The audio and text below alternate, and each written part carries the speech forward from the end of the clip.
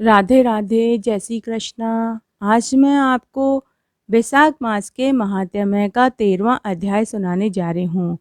12वें अध्याय में हमने अशूर्ण शयन व्रत की विधि का पूरा वर्णन सुना। अशूर्ण शयन व्रत को करने से मनुष्य की सभी मनोकामनाएं पूरी होती है। इस व्रत को कैसे किया जाता है वो हमने 12वें अध्याय में सुना। अब उसके बाद आगे की कथा हम सुनेंगे। यह कथा सुनकर राजा ने श्रुतिदेव से प्रश्न किया कि हे ब्राह्मण, बैसाख में छत्रदान करने का क्या महत्व है? कृपा करके विस्तार पूर्वक हमें बताइए। राजा के इस प्रश्न पर श्रुतिदेव जी कहने लगे कि जो कोई धर्मात्मा बैसाख मास में व्याकुल महात्मा को छत्रदान करता है उसका अनंत फल मिलता है। मैं इसकी एक प्राचीन कहानी तुमको कहकर सुनाता हूँ, ध्यान से सुनो। सतयुग में हेमकांत नाम का बंगाल देश का राजा था। यह राजा कुशकेतु का पुत्र तथा अत्यंत बलवान था। वह राजा एक समय शिकार खेलने वन में गया। वहां पर अनेक मृग शूकरों को मारता हुआ दोपहर में जब वह बहुत थक गया तो मुनियों के आश्रम में पहुंच गया। उस समय क्षतिर्ज नामक ऋषि ध्यान लगाए समाधि अवस्था में बैठे हुए थे। उसको यह भी मालूम न हुआ कि आश्रम में कौन आया है। वह निश्चिंत बैठे रहे और राजा का कुछ भी सम्मान नहीं किया। इस पर राजा को बड़ा क्रोध आया और वह ऋषि को मारने के लिए आगे बढ़ा। तब ऋषि के शिष्यों ने उसे रोका और कहा कि अरे दुर्बुद्धि राजा, सुन, हमारे गुरु समाधिस्थ होकर बैठे हैं।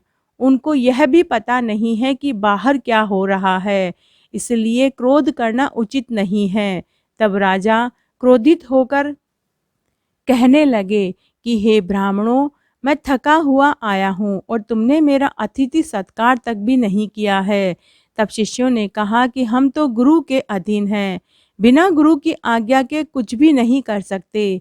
शिष्यों का ऐसा प्रत्युत्तर सुनकर क्रोध से राजा ने अपना धनुष उठा लिया और कहने लगे, मुझसे दान लेकर मेरा अन्न खाकर मुझको ही शिक्षा देते हो, ऐसे कृतघ्नों को अवश्य मारना चाहिए। इतना कहकर राजा उन पर बाण चलाने लगे। इसी से वह शिष्य भयभीत होकर भागने लगे तो राजा के सैनिकों ने उनको चारों तरफ से घेर लिया। राजा ने उनमें से 300 शिष्यों को मार दिया और बाकी सभी शिष्यों ने भागकर अपनी जान बचाई। जब आश्रम में कोई न रहा तो सैनिकों ने आश्रम की सभी वस्तुएं लेकर खूब भोजन बनाया। सायंकाल राजा जब अपने घर पर आया तब उनके पिता कुशकेतु ने यह सब वृतांत सुनकर पुत्र की बहुत निंदा की और उसको घर से बाहर निकाल दिया। जब पिता ने उनको त्याग दिया और राजा हेमकांत वन में चले गए तो वह अत्यंत व्याकुल होकर इधर उधर फिरने लगे। ब्रह्म हत्या का पाप उन्हें सताने लगा।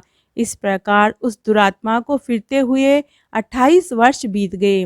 तब एक दिन त्रित नाम के ऋषि बैसाख मास में तीर्थ यात्रा करते हुए उस वन में आए और धूप से व्याकुल होकर मूर्छा खाकर पृथ्वी पर गिर पड़े। देवयोग से हेमकांत ने ऋषि को मूर्छित होकर गिरते हुए देख लिया। उसके मन में बड़ी दया उत्पन्न हुई। उसने ढाक के पत्तों की एक छतरी बनाकर मुनि के सिर पर लगाई और अलंबुका का जल पिलाया। इस उपचार के करने से मुनि की मूर्छा खुली तथा इंद्रियों में कुछ चैतन्यता आ जाने से शनै शनै गांव में पहुँचे। इस पुण्य के प्रभाव से उसकी 300 ब्रह्म हत्याएं क्षण भर में दूर हो गई। तब हेमकांत को बड़ा आश्चर्य हुआ कि उसके द्वारा इतने प्राणियों को इतना कष्ट देने पर भी उसकी ब्रह्म हत्या कैसे दूर हो गई और किसने दूर कर दी, इसका क्या कारण है। जब वह सोच ही रहा था तो उसकी मृत्यु निकट आ गई और उसके संग्रहणी रोग लग गया। जब उसके प्राण निकलने लगे तो उसको 3 बड़े बड़े भयंकर यमदूत दिखाई पड़े और वह हेमकांत को डराने लगे। तब हेमकांत मौन साध कर छत्रदान को याद करके विष्णु भगवान को याद करने लगा।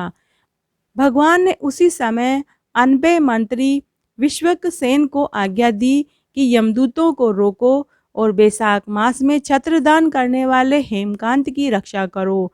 उसने यद्यपि बड़े बड़े पाप किए हैं, परंतु उसने धूप से व्याकुल मूर्छित मुनि की रक्षा की और बैसाख मास में छत्र दान किया, इसलिए वह निष्पाप हो गया है। इस प्रकार बैसाख मास में छत्र दान करने का फल उस राजा को मिला। इसलिए कहते हैं बैसाख मास में छत्र दान कर दें तो ब्रह्म हत्या जैसे पाप से मुक्ति मिल जाती है और मरने पर वैकुंठ लोक का वास मिलता है। इस प्रकार आज मैंने आपको बैसाख मास का 13वां अध्याय सुनाया। आशा करती हूँ आपको ये ज़रूर पसंद आएगा। अगर आपको बैसाख मास का 13वां अध्याय अच्छा लगा तो कमेंट बॉक्स में जय हो विष्णु भगवान की ज़रूर लिखें। भगवान विष्णु आप सबकी मनोकामनाएं ज़रूर पूरी करेंगे। धन्यवाद।